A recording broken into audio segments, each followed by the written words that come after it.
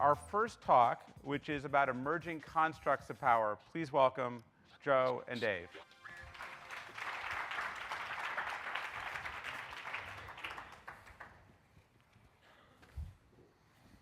Morning. Good morning. Good to be here. Thanks for the intros. And let's just check in. So we're going to talk about power. And of course, the old corny thing to do is you go to the dictionary definition of power. In the physics context, it means energy over time. That's not what we're talking about today. We're talking about power as it relates to more in a social, technical, lifestyle, business relationship. And I'd offer this description of power. It's the ability to influence behavior. That's what power is in this context. So in this session, I'm going to ask Dave some questions. But as I ask him questions, I want you to be, at least in the background or in parallel, be thinking about your own questions. Because I have to give you the disclaimer right up front. We have some premises, we have some hypotheses, we have some ideas, but we're not your mother. We don't have the truth. The truth isn't even the truth. The whole point of this is to provoke some curiosity and to provoke and advocate for some critical thinking and some critical thought. I think sometimes Silicon Valley can come across sounding pretty naive and pretty full of itself. And I think we want to get really real here and talk about what stuff really means and what it may or may not mean. By the way, this timer's not working. So do I have infinite time? Is that what that means? No? Okay. You brought your blank pistol again? Okay. We've tangled before. So, Dave, you've talked about the inversion of power and authority as a trend. What does that mean? So, when I talk about the inversion of traditional sources of power and authority, what I'm talking about is this unprecedented set of trends that we see, primarily driven by the emergence of technologies that were developed, 30, 40 miles from here in many cases. Technologies around mobility, cloud computing, big data analytics, social networking, and so on. We're talking about the ability of those emerging technologies in many cases to accelerate or enable entirely new constructs of power. And just, consistent with what you were saying a minute ago, Joe, about keeping it real, let's be clear that none of us at IDEO would claim, and certainly I wouldn't claim, that technology has changed power fundamentally. Power is today and has always been a complex, fundamentally human system, okay? But what we are seeing is some completely unexpected new constructs of power.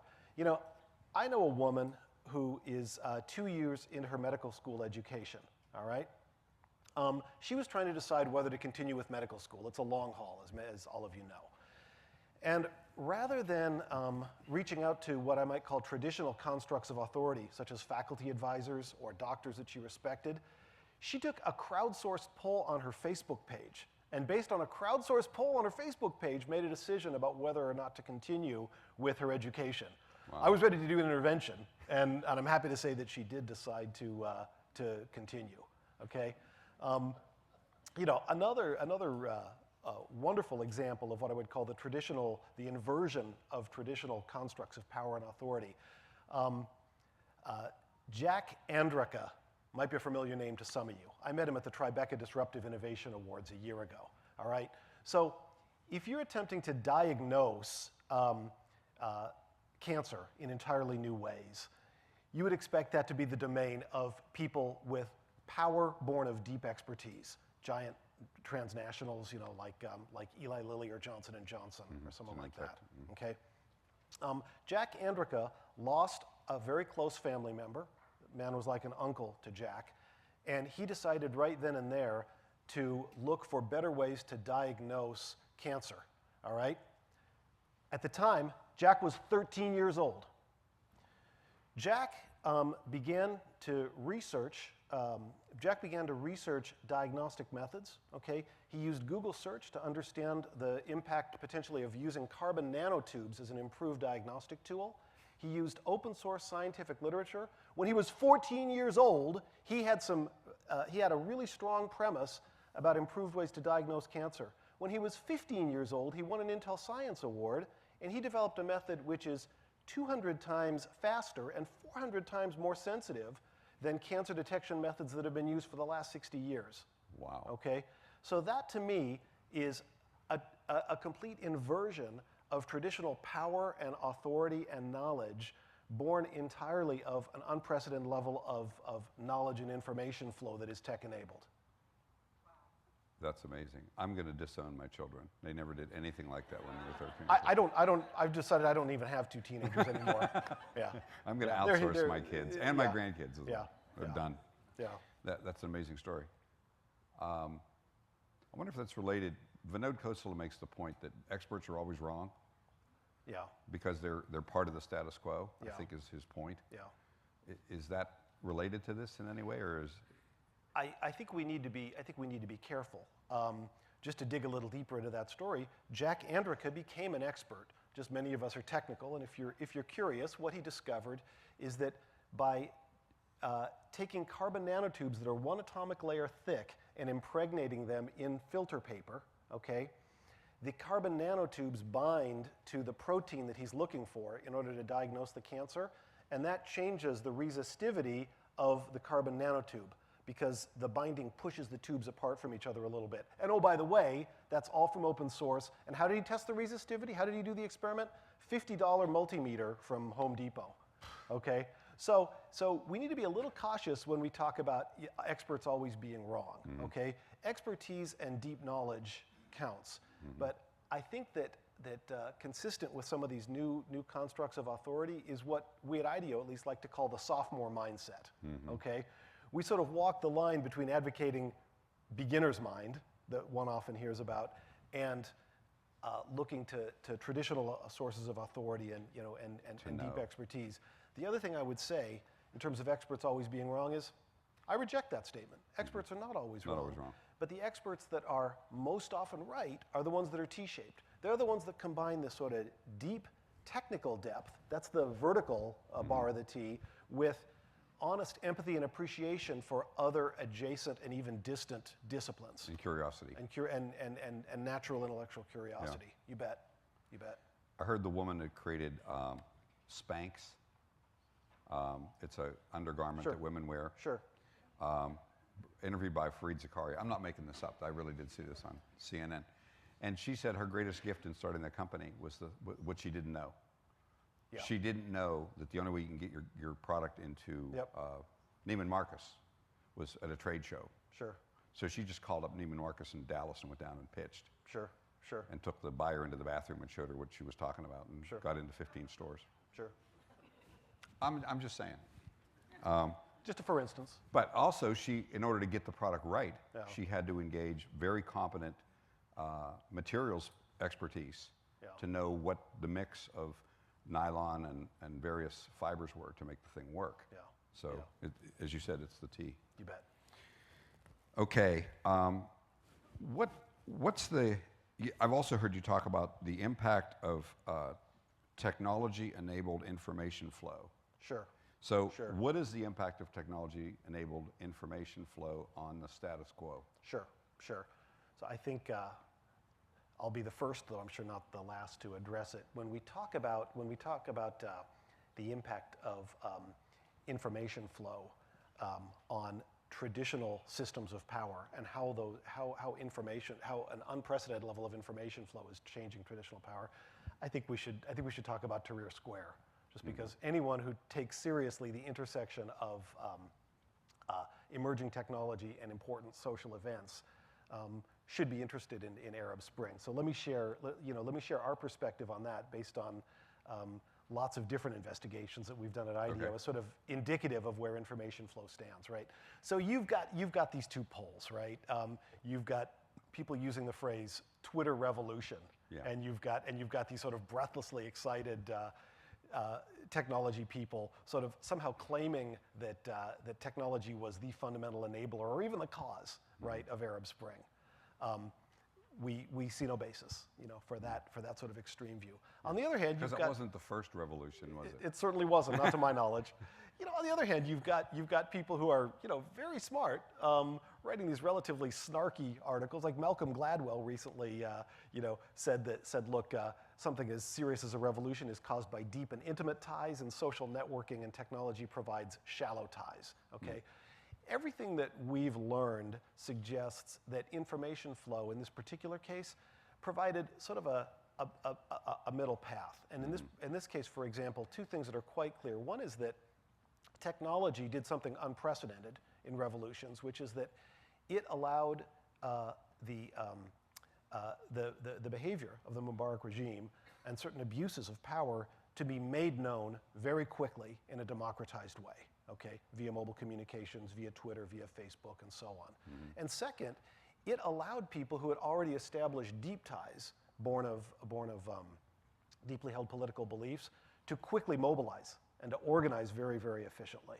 Okay, and so there is no question that emerging technologies, in this case, accelerated and had a pretty profound impact on what I think in this case is an unprecedented historical event, a relatively bloodless coup in Egypt a few years ago. Right. That's a fascinating idea. It reminds me of a story that we work with a guy who is focused on the intersection of technology, software-enabled. The code enables information flow when it collides with law and regulation. Yes. And the story that came up was early in 2013, there was an anti-defamation group in France that was irate that there was some people in France tweeting anti-Semitic comments. So they went back to Twitter and demanded to know who these people were. Twitter refused to disclose that, said that's not our practice. This group went to the French government and appealed to them. The French government came to Twitter, said, we need to know who these people are, give it up. Twitter said no. They went to court. Twitter lost in court, so they surrendered the names to the French government. Yes. Turns out anti-Semitic speech is a crime in France. There's no Second Amendment to protect it. So it was an interesting sort of cautionary tale about the technology certainly enables, free flow of information. There are also certain laws that you, if you're going to operate in many countries, in many parts of the world, you have to understand what they are and decide that you're going to comply with them or not and take the consequences. So that struck me as a related, I liked your expression, the breathless enthusiasm of Facebook or Twitter about how they enabled the revolution. Because it's interesting, there have been some revolutions before that. I don't think anybody, that wasn't around in 1776. Well, since you bring that up, let me just take the opportunity to question the questioner here. Okay. I submit to the group, and I'll be very interested in what themes all of you see emerging. I submit that the inversion of power and authority and the extraordinary impact of open innovation and free flow of information on traditional constructs of power, I think those are important themes. We see them every day at IDEO, and I'll be really interested over the course of the day today what comes up. Another theme is the complex. Another theme is just the ability of the public sector to keep up with rapid changes in power. Something that the writer George Packer said recently is he was talking about the movement of Silicon Valley into a position of more power in government and away from Silicon Valley's sort of traditional libertarian stance. And the point that he made, I love this quote, is government is transactional and opaque. Silicon Valley is empirical and transparent. So I'm curious, Joe, what you've seen, working with organizations like Coulomb, who need to work extremely closely, especially with regulatory agencies. What have you seen, and what changes have you seen in the interplay between traditional government and particular regulatory power and the extraordinary advance of the business world, particularly businesses that are enabled by emerging technology? Okay, a couple examples. You mentioned Coulomb, which was the original name of the company that we started in '07 to build a network of public charging stations for electric cars. And Pat Romano, the current CEO, changed the name to ChargePoint. So if you have an electric car, an EV, you got to be a ChargePoint guy. And when we started the company, it was helpful that the founding CEO, Richard Lowenthal, was a seasoned politician, at least locally. He was two-term mayor of Cupertino and knew his way around the state politics at least. And in the early going, it was pretty dicey. I mean, everybody with a pulse wanted to, no way, whether it was the PUC or PG&E. There were lots and lots of roadblocks thrown up. And it was just sheer tenacity and listening. What are the legitimate concerns about it? A little side note, the worst concern was the name of the company. The only person I ever told the name of that company to that thought it was cool was Dick Kramlich, the founder of NEA, because he happened to know that Coulomb was a French physicist and it's a unit of electrical energy. Only engineers would name a company that. Gavin Newsom, when he cut the ribbon on the charging stations we put up on Van Ness in 2009, he mispronounced Coulomb 3 different ways in the space of 5 minutes. Coulomb, Coulomb, so ChargePoint's a better name. So what did I tell you about traditional authority? That's right, traditional authority. A more recent example is I'd call it the taxi cab wars, where there's several companies in San Francisco. There's Lyft and there's Sidecar that offer ride sharing. And it's also interesting to see the difference how governments responded on the West Coast and the East Coast. The initial response on both coasts was no way. You're a taxi service. We're going to regulate you like a taxi service. And Sidecar said, no, we're not. We're a community platform, and we're an app on an iPhone, and we enable people to share resources. And if you happen to be standing at Union Square and you need a ride to Fisherman's Wharf, you go on Sidecar, and you have your choice of a guy driver, a woman driver, what kind of car. It's all voluntary. The payments.